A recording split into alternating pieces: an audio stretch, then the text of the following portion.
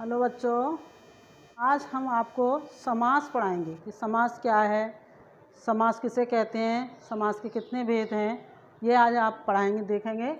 तो सबसे पहले हमें समास समझना है कि समास क्या है। तो समास का शाब्दिक अर्थ है संक्षेप। किसी बात को हम संक्षेप में जो लिखते हैं उसको हम कहते हैं समास। समास दो शब्दों के योग से बना है। समास का शाब्दिक अर्थ है संक्षेप और ये समास दो शब्दों के योग से बना है, सम प्लस आस।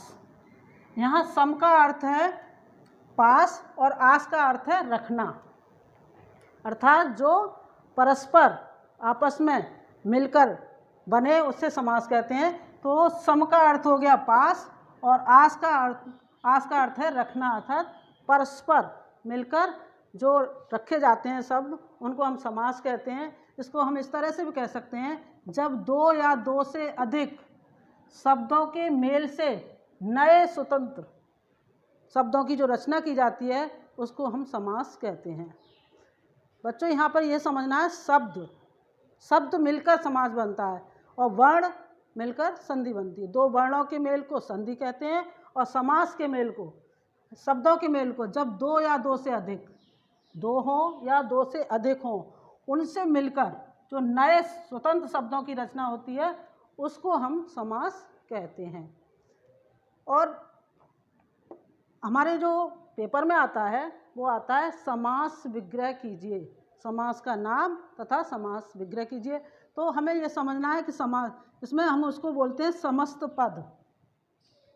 समस्त पद हमें समझना है कि क्या है, दो शब्दों के मेल से बना एक शब्द, उसको हम समस्त पद या सामासिक पद कहते हैं। जो हमारे पेपर में आता है वो आता है समस्त पद, उसी को हम समास कहते हैं, उसी को हम तो दो शब्दों के मेल से जो शब्द बनता है उसको हम समस्त पद या सामासिक पद कहते हैं। अब समास में दो पद होते हैं, एक पूर्व पद और एक उत्तर पद। पूर्व पद हमारा पहला पद जो है वो पूर्व पद कहलाता है और उत्तर पद जो बाद वाला पद होता है वो हम उत्तर पद वो कहलाता है। तो ये भी बात हमें ध्यान में रखनी है कि समास में समास जो है जो दो पद होते हैं, पहला पद पूर्व पद कहलाता है और दूसरा पद जो है वो उत्तर पद कहलाता है। अब समास विग्रह क्या है, जिस प्रक्रिया में समस्त पद के सभी पद अलग अलग करने की जो प्रक्रिया होती है, हम उनको अलग अलग करते हैं, वो हमारा होता है समास विग्रह। जिस प्रक्रिया में समस्त पद मतलब जो पद मिले होते हैं उन पदों को हम अलग अलग करें तो वो हमारा समास विग्रह कहलाता है। जैसे बलहीन क्या है, समस्त पद है। अब इसको हम अगर विग्रह करेंगे तो हमारा हो जाएगा बल से हीन, ये हो जाएगा बल से हीन। देखिए ये हमने कर दिया विग्रह। देखिए बल जो है क्या है, हमारा पूर्व पद है और हीन क्या है, उत्तर पद है। अब ये देखिए से, इसमें हमारा संक्षिप्त हो गया, ये हो गया बलहीन। ये तो ये बलहीन क्या है, हमारा सामासिक पद कह लो या समस्त पद कह लो, इसी को हम समास कहते हैं क्योंकि ये संक्षिप्त में हो गया। ये ध्यान रखना है, किसी बात को हम लिखें संक्षेप में तो वो है हमारा समास।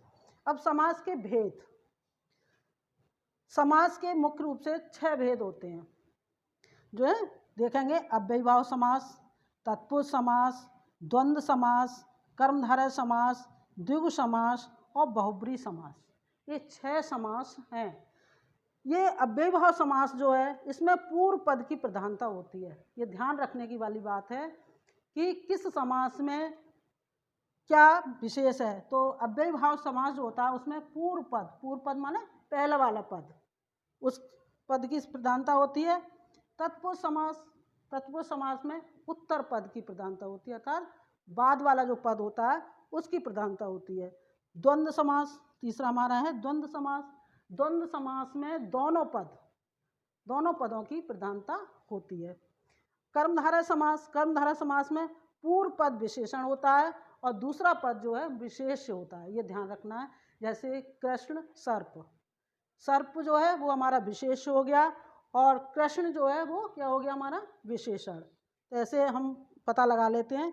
द्विगु समास में पूर्व पद संख्यावाची होता है। जो पहला वाला पद होता है वो संख्यावाची होता है।